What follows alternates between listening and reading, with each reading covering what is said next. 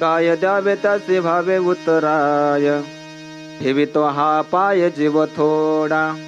प्रस्तुत प्राप्त प्रसंगी कीर्तन रूपी सेवेकरता निवडलेला अभंग विश्वमान्य विश्वाधिकार विश्वभूषण विश्वप्रिय देहूचे सुप्रसिद्ध साधू वैराग्याचे मूर्तिमंत पुतळे ज्यांनी जगाचा संसार सुखाचा व्हावा म्हणून स्वतःच्या संसाराची राख रांगोळी करणारे चिन्मय स्वरूप असणारे छत्रपती शिवाजी महाराजांचे आद्य गुरु जगद्गुरु तुकोबाराय यांचा चार चरणाचा अभंग या सेवेसाठी निवडलेला आहे. विठाला विठाला विठाला विठाला विठाला विठाला विठाला विठाल अभंग आहे जगद्गुरु तुकोबारांचा.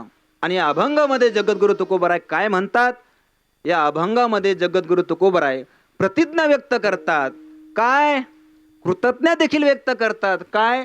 की संतांनी जे उपकार केलेले आहे ते उपकार तुम्हा आम्हाला या जीवांना सांगतात. विठ्ठल विठाला विठाला विठाला विठाला विठाला विठाला विठाला विठाला.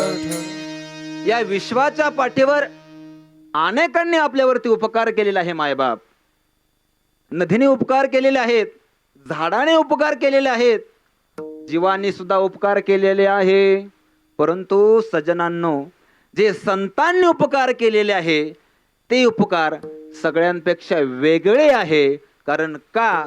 जगद्गुरु तुकोबारांनी या अनेकांच्या उपकाराच्या यादीमध्ये नाव दिलं नाही, परंतु संतांचे उपकार मात्र सांगितले. मग संतांचेच उपकार का सांगितले? अनेकांनी उपकार केलेले आहेत पण अनेकांचे उपकार का नाही सांगितले? संतांनी संतांचेच का उपकार सांगितले? याच्या पाठीमागं असं कारण आहे. जगद्गुरु तुकोबाराय म्हणतात संतांनी जे उपकार केलेले आहेत ते कसे आहेत?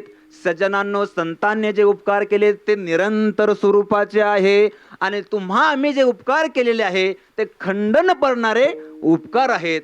म्हणून तर तुकोबारांनी या अभंगामध्ये संतांनी जे उपकार केलेले आहेत त्या उपकाराला श्रेष्ठत्व दिलेलं आहे.